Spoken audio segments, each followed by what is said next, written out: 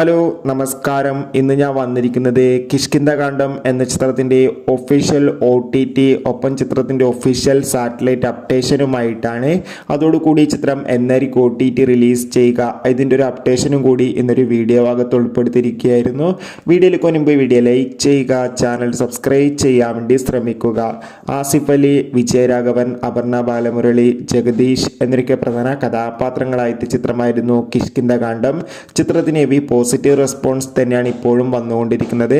അതുകൊണ്ട് തന്നെ എല്ലാ സിനിമാ പ്രേമികളും ഒരേപോലെ കിഷ്കിന്ധകാണ്ഡം എന്ന ചിത്രത്തിൻ്റെ OTT സാറ്റലൈറ്റ് അപ്ഡേഷൻ അറിയാൻ വേണ്ടി കാത്തിരിക്കുകയായിരുന്നു. അങ്ങനെ കാത്തിരിപ്പിനൊടുവിൽ ചിത്രത്തിൻ്റെ OTT അവകാശങ്ങളൊക്കെ ഡിസ്നി പ്ലസ് ഹോട്ട്സ്റ്റാർ എന്ന OTT പ്ലാറ്റ്ഫോം സ്വന്തമാക്കിയെന്ന് കൺഫേം ആക്കിയിട്ടുണ്ട്.